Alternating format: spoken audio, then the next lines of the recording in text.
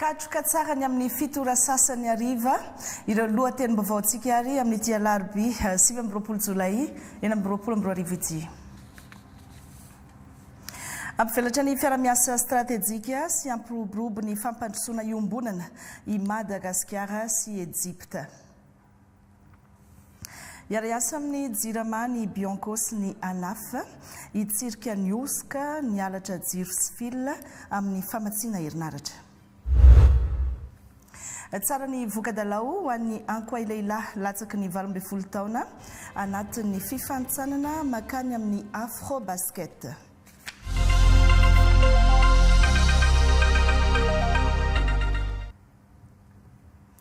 Miaraba topilasy tompoko vavy tonga soa tanatin'ny fampahalalam-baovao manasantsika rehetra ary anaraka hatramin'ny farany.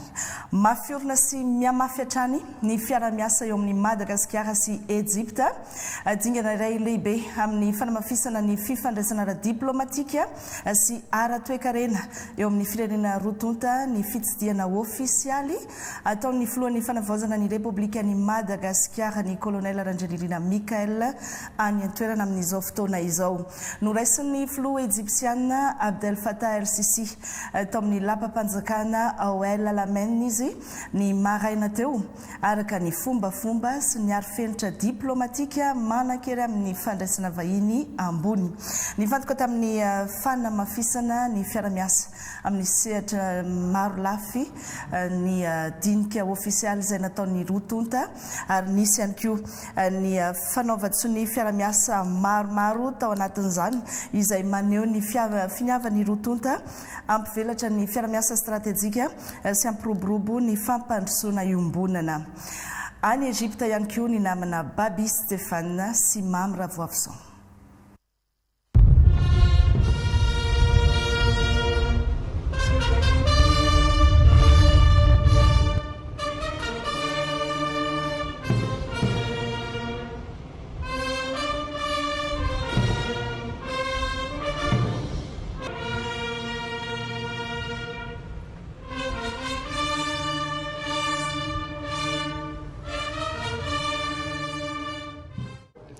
Eto amin'ny lapa-panjakana El Alamein izay misy ny birao fiasan'ny filohan'ny Egypte Abdel Fattah el-Sisi no andraisana ny filohan'ny fanavaozana ny Repoblikan'i Madagasikara ao anatin'izao fitsidiana ara-panjakana tanterahana aty an-toerana izao manaraka ny arifenitra mifanaraka amin'izay hoe fitsidiana ara-panjakana izay.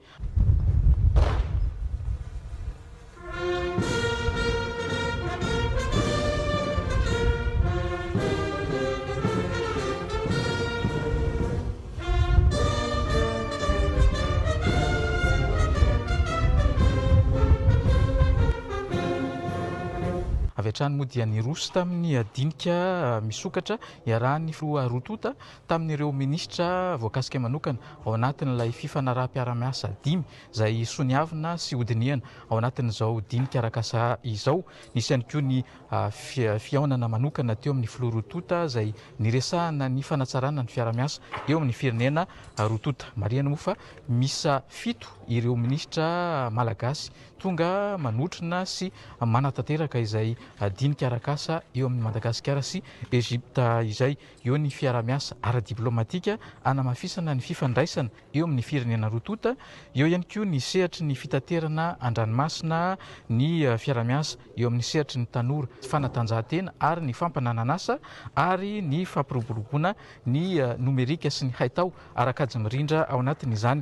Ary anisan'ny lehibe indrindra ihany koa ny fifanaraha-piara-miasa ara-toekarena eo amin'ny Madagasikara sy Egypte amin'ny alalan'ilay tetikasa iarahan'ny IDBM sy ny GAFI izay rafitra foibe misahana ny fampiroboroboana ny fampiasam-bola aty Egypte. Eo amin'ny fiara-miasa amin'ny sehatry ny rano manokana kosa dia efa vita soni tamin'ny taondasa ny fifanaraha-piara-miasa eo amin'ny firenena rotonta ao anatin'ilay tetikasa MOU ary efa ao anatin'ny famolavolana ny soritrasa mandritra ny 5 taona ny rotonta amin'izao fotoana izao. Efa fantatra ihany koa moa ny teti-bola hanatanterahana ireo tetikasa ao anatin'izany toy ny fananganana fotodrafitrasa goavana momba ny rano sy ny fambolena any Madagasikara.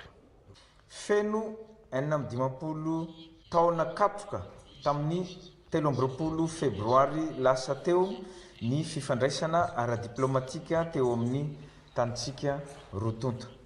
tao anatin'izany taona maro zany dia hita taratra fa niorina tamin'ny fifanajana firalahiana ary firaisakiana tokoa ny fifanakalozana nisy teo amin'ny firenetsika miralahy. Ny fotoam-panavaozana nisy teto Ezipta dia fotoana iray nametrahana ireo fototra rehetra nahafahana ho tonga amin'izao toerana manandanja misy any Ezipta eto Afrika sy maneran-tany izao.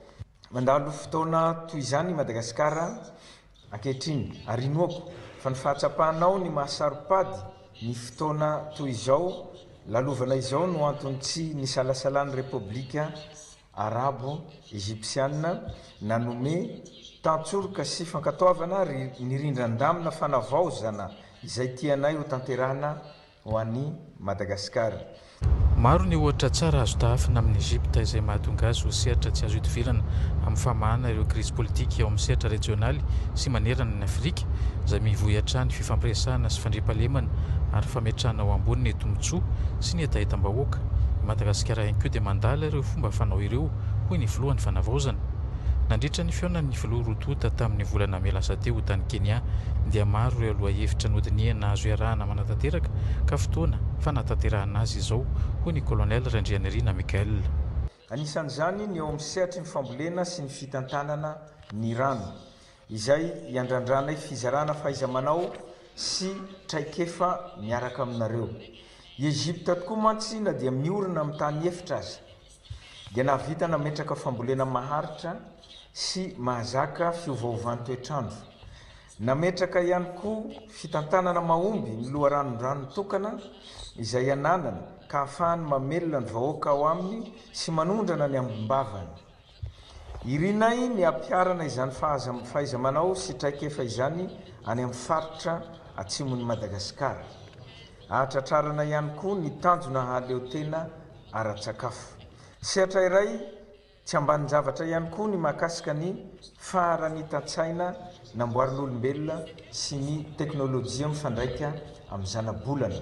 Madagasikara ihany koa dia mitafy ny ezaka rehetra azony atao hametraka fiandrianana ara-teknôlôjika izay isan'ireo singa mandrafitra ny fiandrianan'ny firenena iray mba tsy hanano sarotra intsony ny fanaraha-masony sy sisitany ny faridranomasony ary ahafahany mamaritra mialoha ny fiovaovan'ny toetrandro.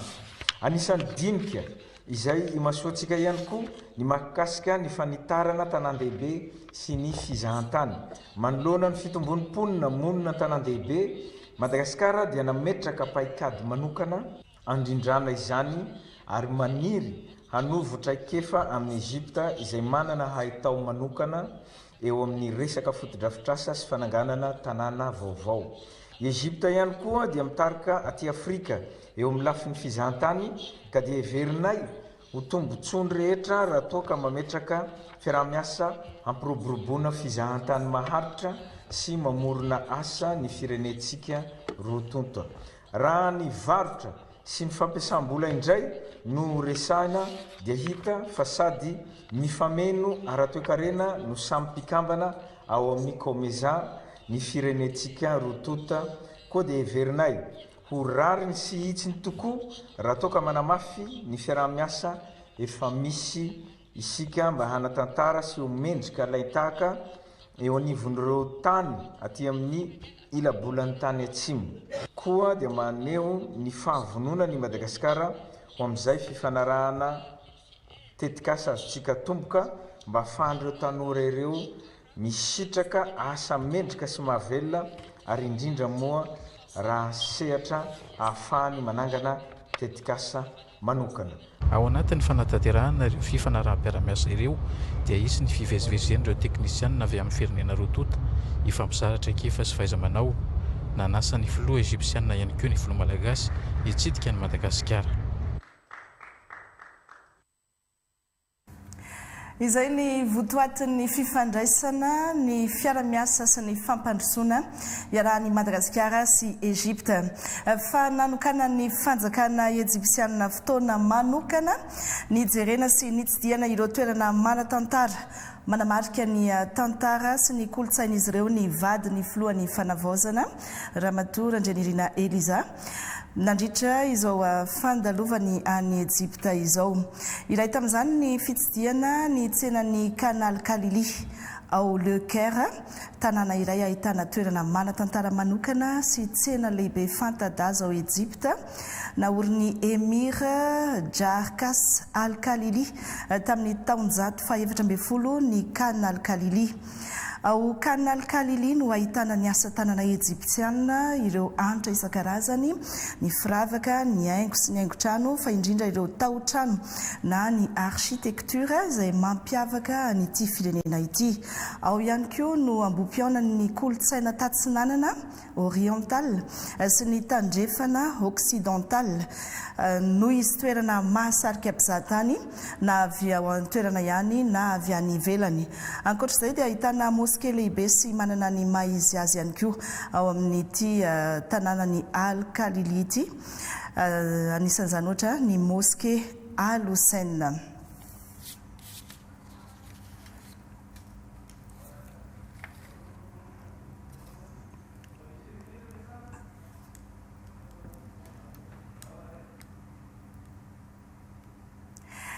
Ireny ny vaovao avy any Egypte, rehefa misy ny vaovao hafa tonga dia hoarahintsika ihany arakarak'izay fahatongavany izay.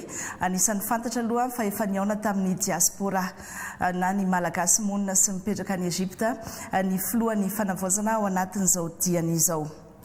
Fa hitondra ny feony, ny heviny ary ny anjara birikiny amin'ny fanavaozan-drafitra petraka eto Madagasikara ireo mpizaika manatrika ny fikaonan-doham-pirenen'ny tanora nanomboka androany 9 amby 20 Jolay hatramin'ny 1 amby 30 Jolay izao eny amin'ny CCI Vato. Efa vita raha teo tao anatin'ny volana vitsivitsy ny fakan-kevitra tany amin'ny faritra rehetra, ny hainoana ny tanora, ny etaetany, ny fanavaozana sy ny fampandrosoana tian'izy ireo apetraka eto amin'ny firenena. Ho atolotra amin'ny fomba ofisialy amin'ny 2 Aogositra izao ireo fehi-kevitra rehetra tapaka mandritra ity 3 andro anatanterahana ny fikaonan-doha-pirenena ho an'ny tanora ity. Voahirana Espérant.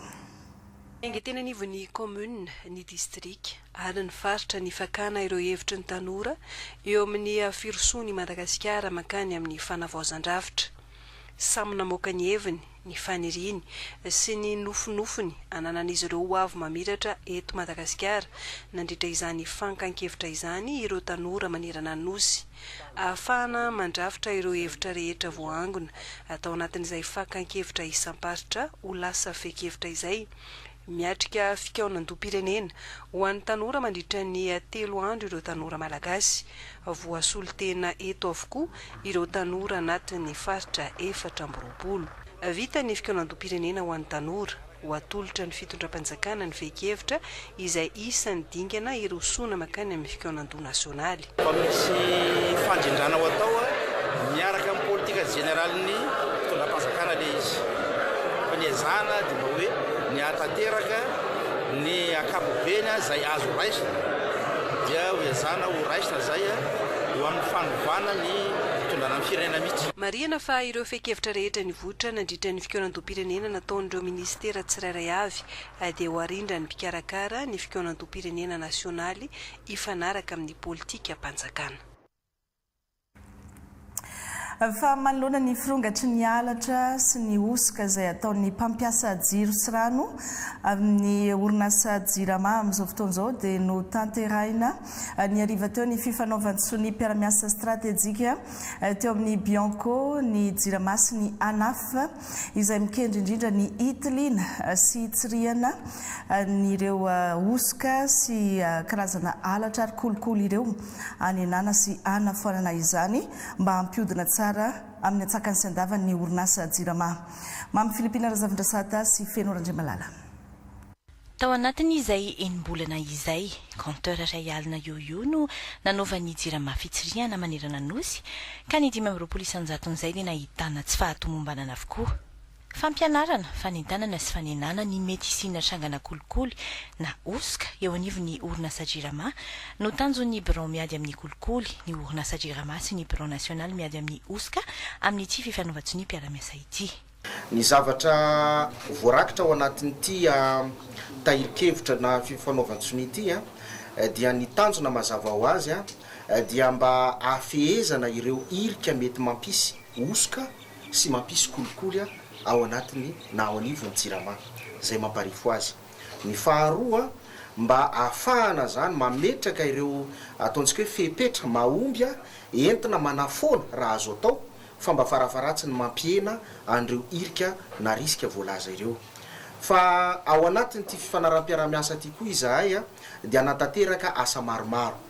Ao anatin'izany mety misy asa fanabiazana, mety misy fanamafisana fahaiza-manao, fa eo ihany koa fitrandrahana na hoe analyse de risque moa zany izy amin'ny teny frantsay na cartographie de risque, zany hoe fitsirihana andreo irika mety idirany osika sy ny kolikoly eo anivony jirama. Fa anisan'ny goavana ihany koa dia itilina andreo fandikan-dalàna miendrika kolikoly na miendrika osika eo anivony jirama. Eto zany tsika miresaka jirama fa tsy hoe mitodika ao am-piasan'ny jirama irery ihany na hoe ambaindainy jirama irery ihany ny resaka, fa mitodika amin'ny olona rehetra mety ho voakasika satria jirama mamokatra service zay mentefa amin'ny olona na orinasa, fa reo rehetrarehetra reo zany samy voakasika ao anatin'izay ezaka zay. Ka ao anatin'izao fanaraha-mpiara-miasa zao dia ao anatin'ny firalaina tanteraka no iaraha-miasa ny zava-dehibe ho zahay dia ny manabe misoroka. Tsy ny kolikoly ihany no manimba fanosika ihany koa toy ny fametahana fangalarana jiro tsy ara-dalàna na branchement illicite izay saika mahazo vahana amin'izao fotoana izao manerana ny nosy ho ny tale jeneraly jirama. Ho tohizana ho izy ny fitsirihana izay ho atao ahatratrarana trano ireo fanetrim-peny firenena. Nambarany tale jeneraly ny anafy kosa fa tsy maintsy iroso amin'ny fampiarana ny lalàna amin'ireo minimanao kolikoly na osika amotehana trano orinasa mpanjakana jirama ny fitondram-panjakana.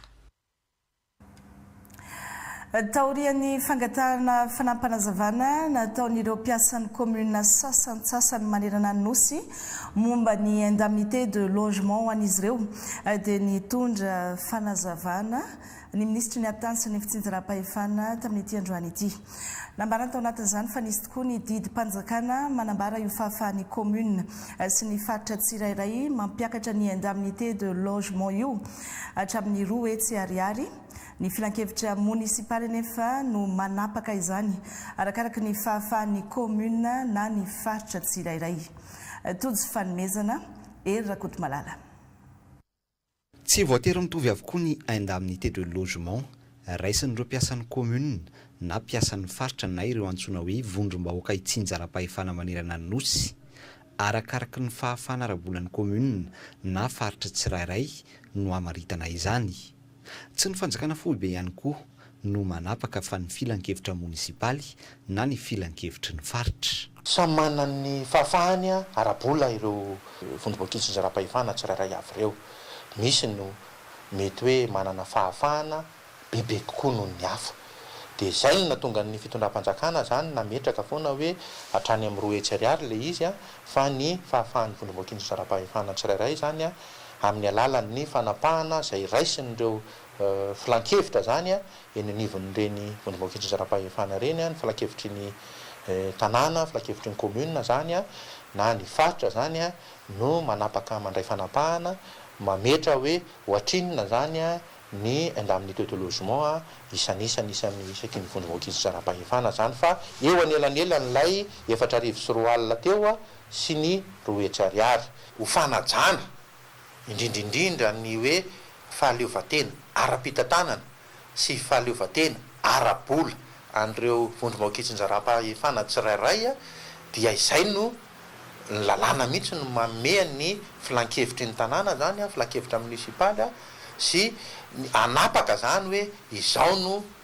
indemnité de logement anay aty amin'iny. Fa amin'izao fotoana izao dia misy ireo commune tsy manana izay filan-kevitra munisipaly izay toy izay ihany koa ny eny anivon'ny faritra ka misy ny dingana tsy maintsy arahan'izy ireo ahafahana mamaritra io indemnité de logement any mpiasa io. fombafomba fanaovana azy moa zany dia manao karazana tetibola fantsina ry zareo zany rehefa tapaka zany hoe akarina zao no ampiakarana an'ilay indemnité de logement dia mandray fanapahana izy de manao ny tetibola fantsina izy manao ny tetibola fantsina izy satria tsy maintsy ampifanarahany ampidiriny ao anatin'ny tetibola ny commune na ny faritra izay zavatra zay de tsy maintsy angalany visa eny anivon'ny contrôle financier de rehefa mahazo an'ilay visa eny amin'ny contrôle financier izy dia azo tanterahana zany ny fanatanterahana n'ilay fampakarana ny indemnité de logement. Mbola isy moa ny circulaire na ny teny mita ho aparitaka amin'ny ministeran'ny ati-tany eny anivon'ny vondrom-bahoaka itsinjaram-pahefana ahafahana manazava misimisy kokoa momba io didim-panjakana mahakasika ny indemnité de logement no raisina tao anatin'ny filan-kevitry ny minisitra io.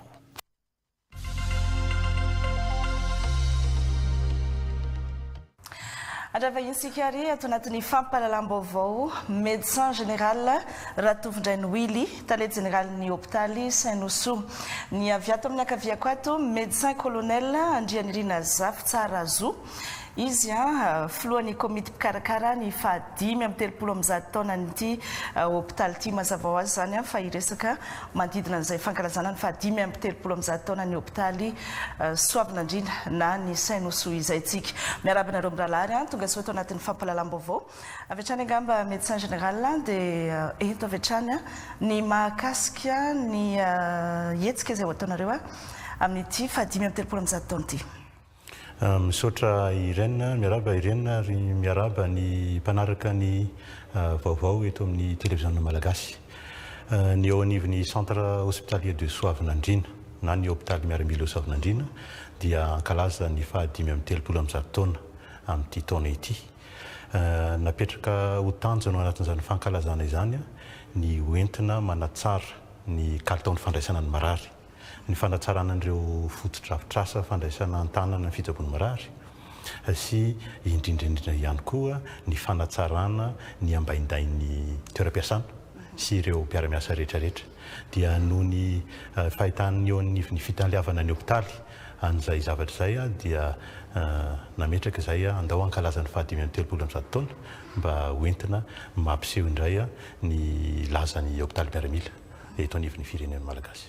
Ya, ny tena izay lazan'ny hôpitaly miaramila izay tokoa ianao inona ny tena nisy mampiavaka anareo amin'izao raha tsy diso nisy fotoana nanana an'izay hoe fandidiana fo zay ny hôpitaly miaramila mbola nareo rery fe manana an'izay eto Madagasikara. Izay indrindra Irène ny fandidiana fo misokatra na chirurgie cardiaque à cœur ouvert izay roa taona teo zay no nanatanterana zany teo anivon'ny Saint-Nosou. Manampy ny zaza izy ireo ary mampiena betsaka ny fandefasana ny zaza mankany ivelany ny jabotehany ivelany dia mariko fa eo anivon'ny Saint-Nosou ihany aloha mbola misy an'izay fitsaboana izay hatreto. Manao indray ny lafin'ny fitantanana amin'ny ankapobeny ho an'ny hôpitaly. Ny hôpitaly mipetraka foana ilay hoe hôpitaly miaramila ary marina zany fitantanana ary miaramila ny eo anivon'ny hôpitaly satria eo ambany fiahian'ny ministeran'ny folo alin-dahy izahay. Fa nefa dia manao an'ilay antsoina hoe service public izahay. Ny 700 mahery ny marary misitraka fitsaboana eny anivon'ny hôpitaly miaramila dia ireo mpiasa fonctionnaire, ireo olona civil sy ireo olona tsotra. Ny latsaka amin'ny 700 ihany no miaramila ny tsaboina eny. Mba hoentiko ilazana an'ilay hoe manao ny service public mitovy amin'ireo hôpitaly lehibe ny eo anivon'ny centre hospitalier de Soavinandrina. Somary manitikitika kely hoe ny mpitsabo manao ao anatin'izay miaramila daholo koa ve ny ankamaroanareo? Ny fitantanana ny hôpitaly dia dokotera miaramila. Ny ireo mpitsabo sy ny tokony nandraikitra isan-sokajiny eny amin'ny sampan-draharaha dia dokotera miaramila ny ankamaroan'izy ireo. Misy dokotera sivily ihany koa nefa ao anatin'izany miara-miasa amin'ny fampandehanan-draharaha sy ny amin'ny fitsaboana. Ya. Hitodika ato amin'ny resaka fankalazana ny fahadimy amin'ny 30 taona sika manao anary ny programme ny fandaharam-potoananareo anatin'izay fankalazana izay. Miarabanao Irène ary miaraba ihany koa ny vahoaka rehetra izay manaraka an'izao fandaharantsika izao. Misaotra indrindra nanome ny fitenenana. Ao anatin'ity fankalazana ity moa zany dia hosokafana zany fankalazana zany a amin'ny fahasivy-ambifolo ny volana aogositra amin'ity taona ity ary mandritry ny herintaona no isan'izany fankalazana zany. Ny amin'ny fahasivy-ambifolo ny volana aogositra dia fitaom-pivavahana iraisam-pinoana no atao. Dia aorianan'izay a misy ny fitokanana ny tsangam-bato izay ho apetraka ho fanamariana an'izay fisokafan'ny fankalazana ny 530 taona zay. Dia isy ihany koa fampiratiana izay ho atao ao anatin'ny hôpitaly ihany a zay ahitana ny tantaran'ny hôpitaly sy ny tsangam-bato izay ho atsangana amin'io amin'ity fankalazana 530 taona ity. Araka ny teneniko teo hoe herintaona zany manomboka amin'ity volana aogositra ity ka hatramin'ny volana aogositra taona 720 sy 2000 ny fankalazana. Raha ny ara-tantara moa zany dia zafady ny 13 ny volana aogositra raika amin'ny 720 no notokanan'ny mpanjaka Ranavalona Fahatelo hôpitaly io miaraka amin'ny Premier ministre Rainilay Arivony. Dia amin'ny 13 aogositra zany feno le 530 taona dia ao anatin'ny herintaona zay misy hetsika maromaro ary tsangam-bato goavana no fanamby izay ho atsangana ao anatin'izay herintaona zay. Maria koa ireo tsangam-bato ireo misy 4 izy. Ny anankiray dia fanavaozana tanteraka ny sapandrara atao hoe rééducation fonctionnelle ao amin'ny hôpitaly na hoe kiné moa fahalalany ho an'izay efa nandalo teny amin'ny Senoso misy service kiné zay io zany dia isy fanavaozana tanteraka mihitsy io sapandrara anankiray io. Ny ankoatran'izay dia misy fananganana complexe sportif. Dokotera moa zany mba ilaina ihany ny mitaiza fahasalamana satria mafimafy ny asan'ny fitsaboana dia fanatsarana ny fahasalaman'ny mpitsabo tsy mpisehatra rehetra tsy mpitsabo ihany fa manjato ny mpiasa ao amin'ny hôpitaly ary tsy mpitsabo ihany mariaka zay dia fanetanana amin'ny resaka hoe fanaovana fanatanjahantena zany ny fananganana ny complexe sportif io. Ny fahatelo dia ho fanatsarana araka ny tenin'Andriamatoa Tale Général teo ny hoe ny kalitaon'ny fandraisana ny marary dia anangana héliport vaovao ny ao amin'ny hôpitaly zany satria le teo aloha efa somary misy voafetra le tsy nara-penitra loatra tsony zany le izy dia hoe anangana vaovao mihitsy héliport anaovana ny amin'izay hoe évacuation sanitaire izay ny tena ilana an'izay. Ary ny fahaefatra dia misy trano anankiray atao hoe gîte d'étape ho atsangana eo amin'ny hôpitaly ao mba ahafahana mandray tsaratsara kokoa nireo marary zay ny Senoso moa mandray ny marary rehetra eran'ny Madagasikara zay ny maha hoe centre de référence azy. Dia indraindray misy olona tsy hita hoe tsy ny fianakaviana aiza no atao nefa misy urgence tsy maintsy karakaraina amin'ny hôpitaly dia misy an'io gîte d'étape io zany mba andraisana ny olona dia ao anatiny ao koa moa zany misy an'izay ilaina rehetra amin'ny hoe fiainana zay ilain'ny olona mandalo ao anatin'izay gîte d'étape zay. Ireo foto-drafitra asa efatra ireo zany no hoe ho tsangam-bato izay kasaina raha sitrapon'Andriamanitra ho tokanana amin'ny famaranana ny fankalazana amin'ny 13 aogositra 720 sy 2000.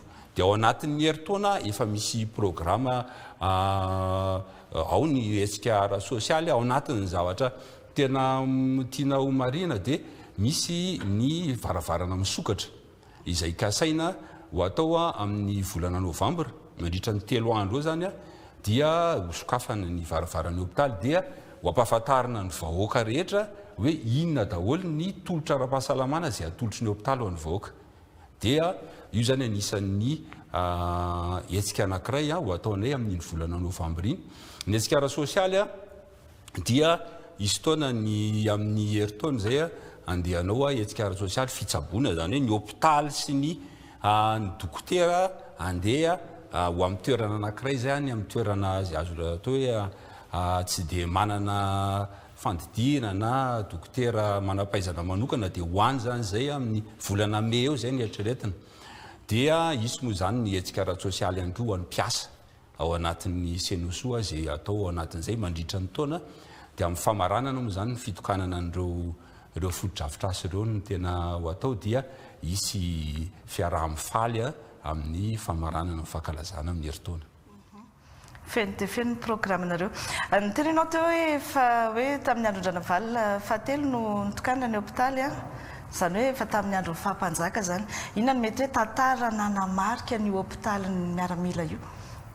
Ie, marantoa fa tamin'ireo fotoana rehetra izay nilalovan'ny firenena dia nisy fiatraikany na teo amin'ny hôpitaly daholo zany rehetrarehetra zany. Raha resiko fotsiny hoe tokana azy zany dia mpanjaka ary mbola ao ankehitriny zany tsangam-bato zany misy ny tenina atao amin'ny mpanjaka sy ny prime ministre tamin'izany fotoana zany. Dia avy eo rehefa niditra tamin'ny fanjanahantany rehefa avy eo tamin'ny voalohany zany hôpitaly ny Soavinandriana ny anarany tamin'izany fotoana zany tamin'ny nanoloran'ny mpanjaka azy. Dia rehefa tonga ny vazaha ny frantsay tamin'ny fanjanahantany dia niova hôpitaly kolonialy tamin'ny taona 1979. Dia avy eo indray niverina ny fahaleovantena dia niova indray ny aniaran'ny hôpitaly rehefa avy eo lasa hôpitaly miaramila. Dia avy eo moa zany rehefa tonga ny taona taty amin'ny 1979 taty dia niverina amin'ny anarany taloha tamin'ny nanomezan'ny mpanjaka azy ny hôpitaly le hoe centre hospitalier de Soavinandriana moa zany hôpitaly ny Soavinandriana. Dia zay ataoko hoe anisan'ny manamarika ary zay ho aseho anay mihitsy ao anatin'le fampiratiana zay ho atao amin'ny 7 ny volana aogositra izay mareko hoe io fampiratiana io dia hisokatra eo mandritry ny heritaona. Dia azon'ny olona rehetra atao zany zay mba te hafantatra mikasika ny tantaran'ny hôpitaly. Io Senosoa ny hôpitaly voalohany teto Madagasikara. Dia zay no hoe atao hoe tsara ngamba lalan'ny olona rehetra ny tantaran'izany hôpitaly zany. Zany ary sady mahaliana mihitsy n'ilay tantara. Maranasitsika télé générale eto ary ny afatra. Ny afatra dia mahatsiaro manana didy ny centre hospitalier de Soavinandriana hanatsara ny tolotra ara-pahasalamana eto Madagasikara. Tafiditra ao anatin'ny antsoina hoe hôpital de référence milahatra amin'ireo hôpitaly lehibe eto amin'ny nosy ny hôpitaly miaramila. Mba hanatsarana ny tolotra ara-pahasalamana sy mba ahazoan'ny malagasy rehetra misitraka izany araka ny tokony izy dia fotoanany io fankalazana 570 taona io hanatsarana ny fotodrafitrasa rehetrarehetra fandraisana amin'ny marary eo anivon'ny hôpitaly. Mbola ao anatin'ny ray taona be izao no anaovana ny fankalazana, mbola maro zany ny vaovao ifanakalozantsika eto sy ny hotaterina eto araka ny adidina ihany koa. Dia mirarisoanareo anivon'ny hôpitaly Senosoa dia ankasitrahana tonga teto. Misaotra toko.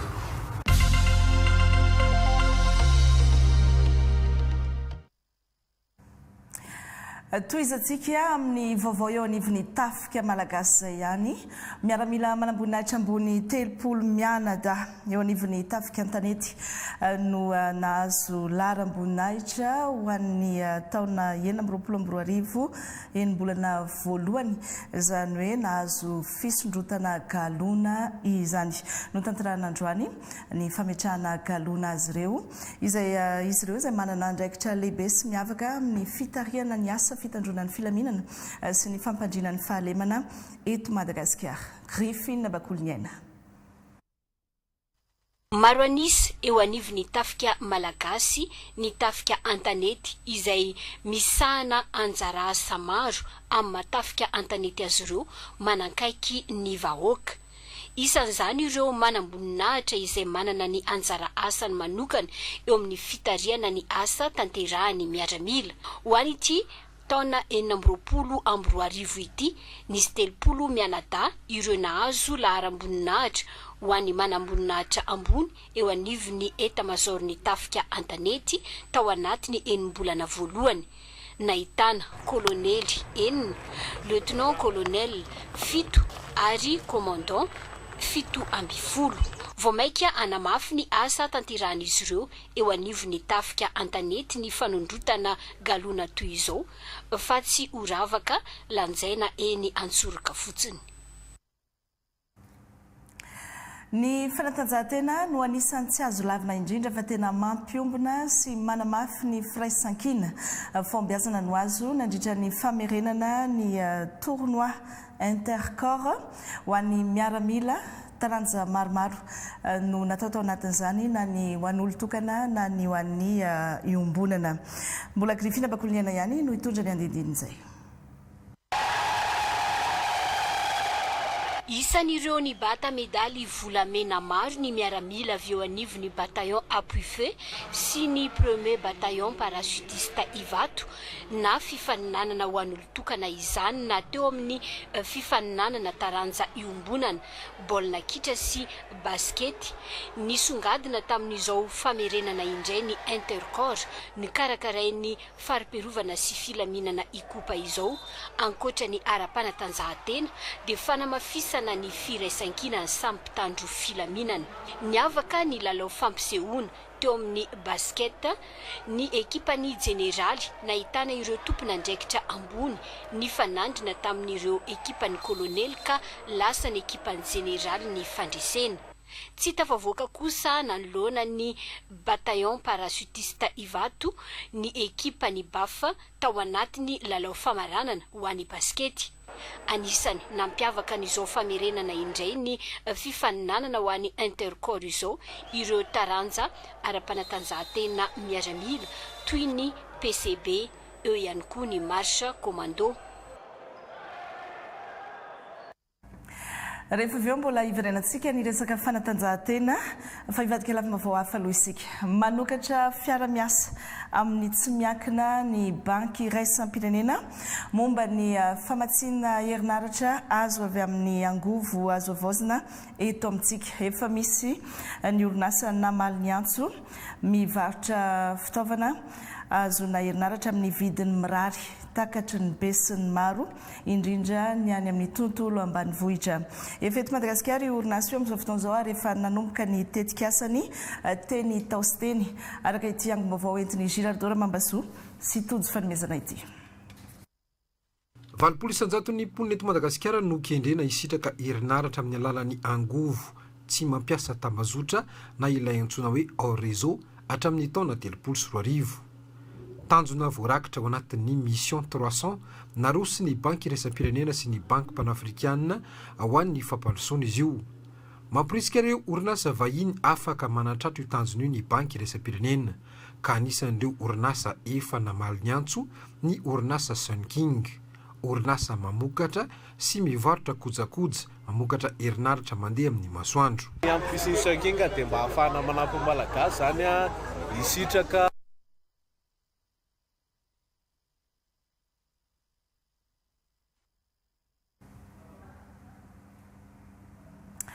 Ialana tsiny ny fahatapahana noho ny olana ara-teknika amin'ny vaovao iny. Fa nahitana fiakarany ny tany herisetra mahazo ny vehivavy eto amintsika raha ny antontanisa ny voaka tamin'ny taona 2024. Anampy ireo mpiantsehatra hiaro sy ady amin'ny herisetra mpahazo ny vehivavy eto Madagasikara ny tetikasa manonga mpiantsehatra maro no ifanometanana ao anatin'izany. Olivia Andrembololo-Miaja sy Fanira Andremanana. Hiaron'ny vehivavy manoloana ireo karazana herisetra maro mianjady aminy eto Madagasikara no antom-pisihan'ny tetikasa manonga. Raha ny zava-misy dia ny 27 isanjaton'ny vehivavy malagasy no miroso amin'ny fanambadiana alohan'ny fa 20 raha ny antontanisa avy amin'ilay mix 2024.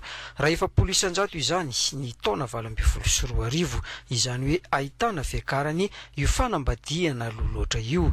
Ampahanatrangana herisetra mpahazon'ny vehivavy io fa mbola maro ihany koa ny endrika isehoany. Anisan'izany ohatra ny fanavakavahana, ny fanabeazana ny lasiny vavy, ny fanambadiana loloatra ny ankizivavy, ny mety herisetra aranofo mety hatra amin'ny vehivavy ary ao anatin'izany ihany koa ny herisetra arabatana mety hoentin'ny vehivavy ampahanginana eny anivon'ny tokantrano tsirairay. Rehefa natao ny vinavinany antontanisa dia tovavy na vehivavy raha ao anatin'ny dimy matetika dia hiara ny herisetra avokoa na herisetra ara-tsaina zany ara-batana ihany koa. Sehatrasa maro no mifarimbona amin'ny fanatotosana ity tetikasa manonga. ny avy eo amin'ny CAIR no mitarika ny consortium manampy ny fanamafisam-pahaizana ny fiarahamon'ny pirenena, manampy ihany koa ny fametrahana ny rafitra sy mampifandray an'ireo tambazotra rehetra miady amin'ny fiarovana ny zon'ny vehivavy sy ny fiarovana ny herisetra amin'ny vehivavy. Ny Médecins du Monde no mandray antanana an'ireo izay olona hiarana izany ataontsika hoe herisetra izany. Misy ihany koa ny Women Lead Movement sy ny C4C manampy an'ireo vehivavy eny fotony sy ny fiarahamonina zany mba hanova ny rafitra tonga amin'ny fiarovana ny vehivavy sy ny zatovavy amin'ny herisetra. Haritra telo taona ny tetikasa sakafaritra 4 no isitraka azy teny ao amin'ny faritra Diana, Vakina Karatra, Haute-Matsiatra ary Atsimo-Atsinanana. Raha ny vondrona Eoropeana kosa no Matsiarabola. Fiara lehibe 7 no miasa amin'ny taona ny fako eto Andrenivohitra, solika manodidina ny 500,000 litatra isan'andro no lany amin'izany asa izasahan'ny SMA.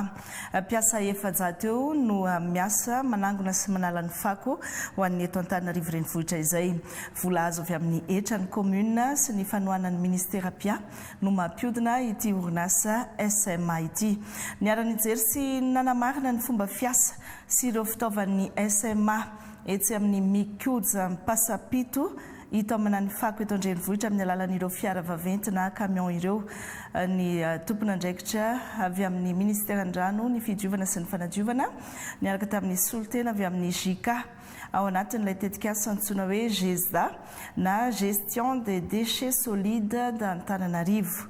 Nojerena tao anatin'izany ny lesoka rehetra mila renina na ho asipanamboarana eo amin'ny lafin'ny ara-pitaovana sy ny resaka solika ary nisy ihany koa ny tombana izay natao tamin'ny asa vita amin'izay fanadiovana an-tanàna Antananarivo izay. Nisy ihany koa ny fanehoana ny vokatra azo avy amin'ny fanodinana ireo kodiarana izay efa tsy ampiasaina intsony. Ny tetikasa GESDA izay mikendry ny ampiananan'ny fako entiny eny amin'ny fanariam-pako eny Andralanitra ary mitady ny hevitra ampitomboana ny fanodinana fako eto amintsika. Misehatra tanteraka amin'ny lafiny sosialy sy ny fanampiana ny mpiarabelona ny toby TKV na toby Kristi Voumbo ao Mangaoka any amin'ny commune Marivantaza any Port Berger. Ankoatra ny asa fitandremana sy ny fanofanana ara-panahy dia manao izay asa sosialy izay izy ireo manana sekoly ambaratonga voalohany sy ambaratonga faharoa ny toby ary miomana amin'ny fananganana lycée ihany koa amin'izao fotoana izao. Mahazo fampiofanana sy tohana ihany koa ireo katekista amin'ny fanatsarana ny velotenan'izy ireo. Natasha Asimbola sy Toutson François. Mangako no anaran'ity tanàna ity aty amin'ny distrika ny Port Berger misy azy. Ankoatra ny lafiny ara-panahy, omendanjy aty ihany koa ny fanabeazana an-tsekoly sy ny fanofanana tanora ara-panahy sy ara-velotena. Le sekoly io zany lay olona magnodidina reto Mangako, Marivantaza re zany samby mandeha akao. Zay zao mieritreritra hagnorona ny lycée zany aketo. Misy namagna akagny olo-panohagna ny toby zany mikarakara ny fagnorenana ny lycée. Ny sekoly faharoa dia sekoly fanomanana katekista. Sekafy ny fagnafoizana azy io. Amin'izao fotoan'izao fa 15 ans promotion zany atsika izao. Maharitra 2 taona ny fampiofanana ato amin'ny sekafy. 17 ka hatramin'ny 15 taona ny piofana. Raha manambady tsy maintsy vita fanamasinana. Zahay mikoragna amin'ny formation de katekista zay tsy mikoragna loatra vola amin'izy ireo. Fianarana zany izy tady sady mitory filazantsara zany izy no mitady mamelon-tegna. Noho zany ampianarana izy miompy. Akoho, kisoa, indrindra fa fandrama. Ampianarana izy mamboly koa. Mamboly vary izy mahazo hatramin'ny 7 gony, iny zany vilomany. Mamaly ny filany ray aman-dreny sy ny tanora ny sekoly sy ny toeram-piofanana eto Mangako. Nisy namporisika amin'izay za hoe nda mandeha mianatragno fa tsotra ny fianarana agny sady tsy misy droit d'inscription, tsy misy école azy. Nanapa-kevitra za fa nandeha za ndesiko ny vady aman-janako. Izaho zany rehetra ny fahakeloko zany efa nitaizegny fivavahana dia zaho amizay zany nahatsapa fa tokony mirosy lalindalina zany zaho tegna milamina fampianarana tato ary mahafa-po koa tena azo lazaigny fa tena hampy ary tena araka ny zay rehetra tokony angavitany.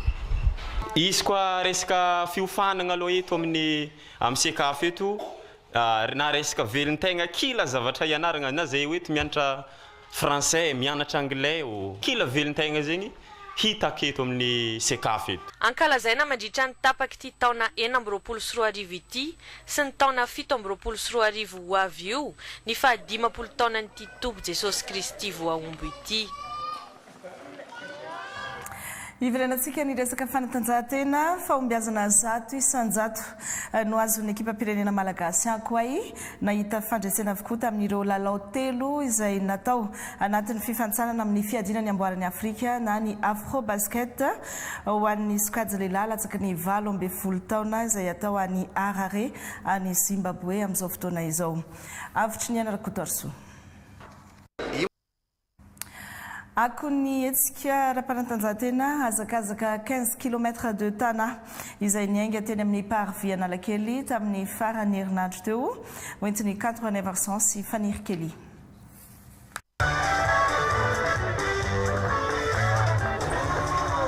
Sokajy telo izay nahitana ny 2 kilometatra ho an'ny latsaky ny 12 taona, ny 4 kilometatra ho an'ny latsaky ny 18 taona ary ny 15 kilometatra natokana ho an'ireo 18 taona mihoatra izay nahitana ny sokajy junior, senior, vétéran ary ny super vétéran.